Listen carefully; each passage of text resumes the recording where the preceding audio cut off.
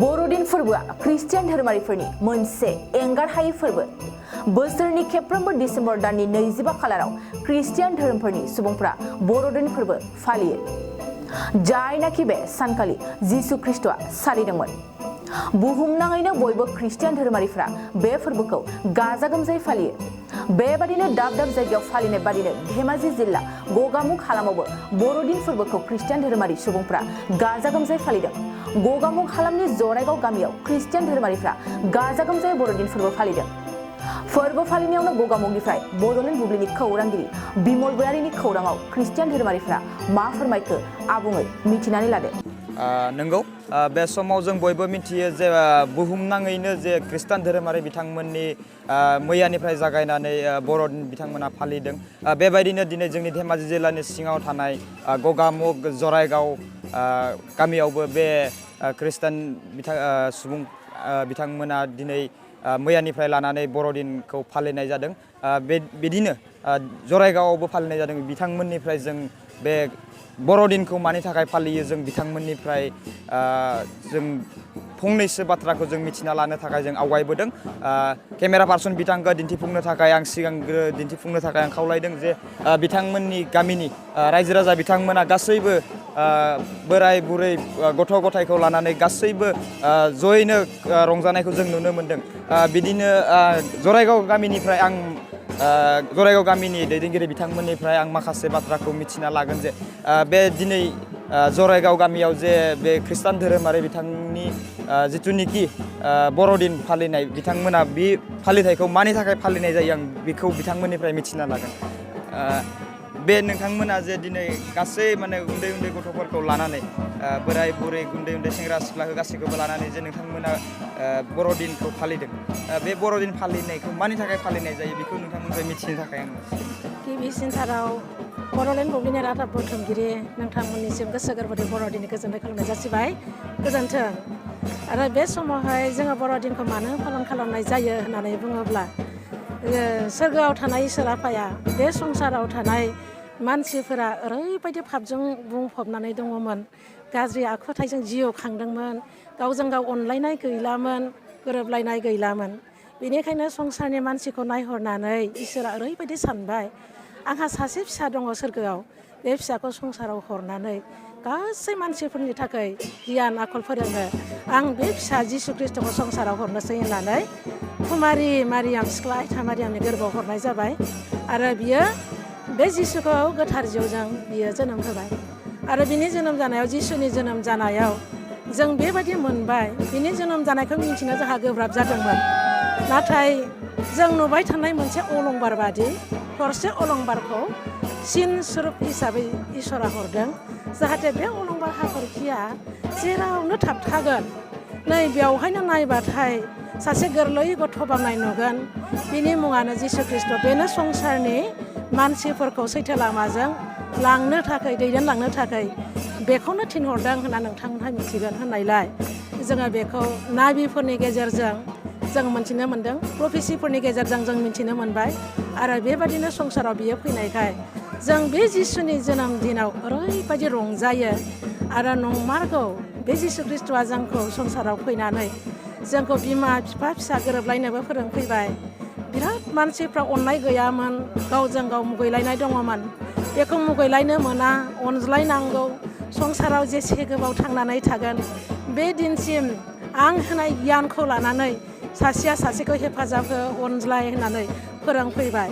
बेनि थाखाय बिनि जोनोमाव जों जोबोद रंजायो। आरो बिनि जोनोमाव रंजाब्ला जोङो जोबोद इसोरनिफ्राय बोर जों मोननो हायो। बेनिखायनो 12था मास थायो बोसोरसेयाव। 12था मासाव न'खर खांनांगौनि थाखाय नांगौ बायदि गियान आखलफोरखौ जों बे इसोरनिफ्राय मोननाय जायो।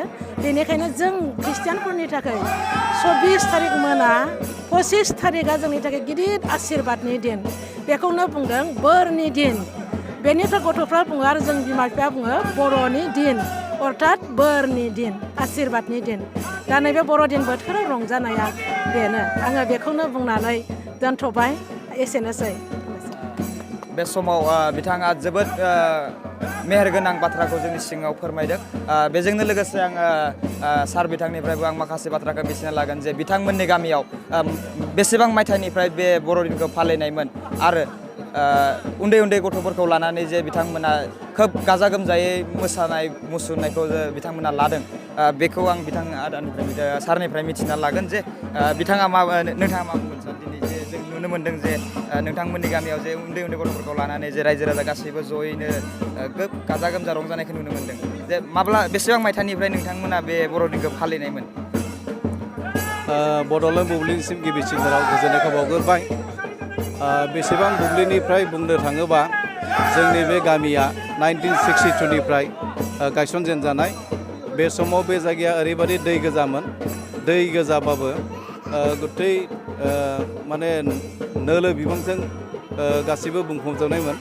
बेनि गेजेरावबाबो बैसां लुनानै माखासे बे खुलुमनायनि प्रसेसखौ लाबोजेनदों आरो बे समनिफ्रायनो जोंनि नैबे गामियाव बे बर'दिन सिबिनाया सोलिबोदों 1962निफ्राय। बे उन्दै उन्दै गथ'खौ लानानै माखासे बर'दिन फालिनाय जाहैबाय। बाव उन्दै उन्दैल' नङा, गिदिर उन्दै गासिबो माने जिसु ख्रिस्ट'नि जोनोम सानखौ लानानै जिउआव मोनसे रंजानायखौ लानानै जोङो बे माखासे फोरबोखौ फालिनाय जायो। जेरावनाखि न'खरनि अनलायनाय, गोरोबलायनाय बे गासैबो फोरोंथाया जोंनि समाजाव सोलियो आरो बाहाय गाज्रि मोनसे बेबहार जोंनियाव सोलिनो गैया।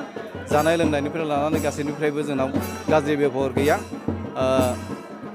माखासे जों संसारनि माबाखौ जोङो रिफाइन खालामनानै जोंनि समाजाव जों सोलिनाय जायो। जेरै जोङो निसा बुस्थुखौ जों जानाया आरो जानाय लोंनाय निसा बुस्थुखौनो जोंनि गामियाव टटेल इन्डिकेट।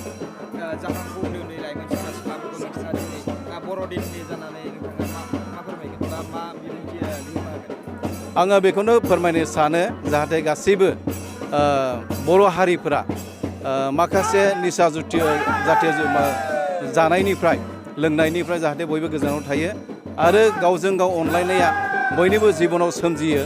अब्लानो जोंनि बर' जाथिनि माखासे जौगानाया फैगोन। आं बेखौ बयनिसिम खावलायनाय जाबाय। नोंथांमोननि जिथुनाखि रंजानाय बे माब्ला जोबगोन? जोङो बर'दिन 24 मोनाबिलिनिफ्राय लानानै जोङो एक्सुवेलि मेइनलि जोङो 28 डिसेम्बराव जोंहा जोबगोन। अब्लाबो बिनि गेजेराव जोङो जानुवारिसिम टटेलि जों जानुवारि 1 थारिखसिम जोङो बेखौ फालिनाय जायो। मुलुगा मोनसे गेलेथिलि, गेलेनाया जादों गोजोननि आयदा।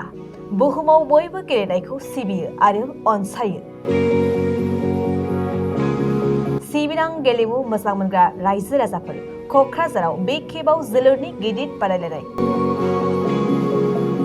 ISPLनि उनाव फिन खेबसेबाव गोजोननि नोगोर क'क्राझाराव माहारियारि थाखोनि जोलुर गेलेनाया जागोन।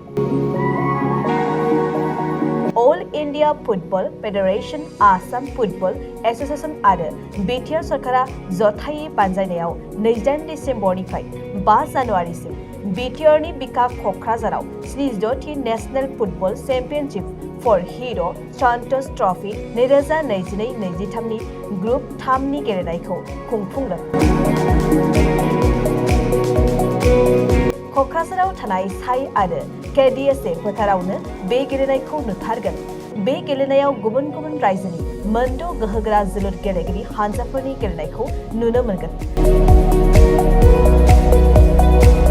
फारियै आसाम, अरुणाचल प्रदेश, नागालेण्ड, गवा, तामिलनाडु आरो उत्तर प्रदेश रायजोनि जोलुर गेलेगिरि हानजाफोरनि गेलेनायखौ नुनो मोनगोन। बे जोलुर गेलेनायखौ नायनो मोजां मोनग्रा गासै गोसो गुदुंफोरा क'क्राझार सहरनि साखाथियाव थानाय साइ स्टेडियाम आरो KDSAनि फोथाराव फैनानै होखानाय सम बायदियै गेलेनायखौ नायनो हागोन।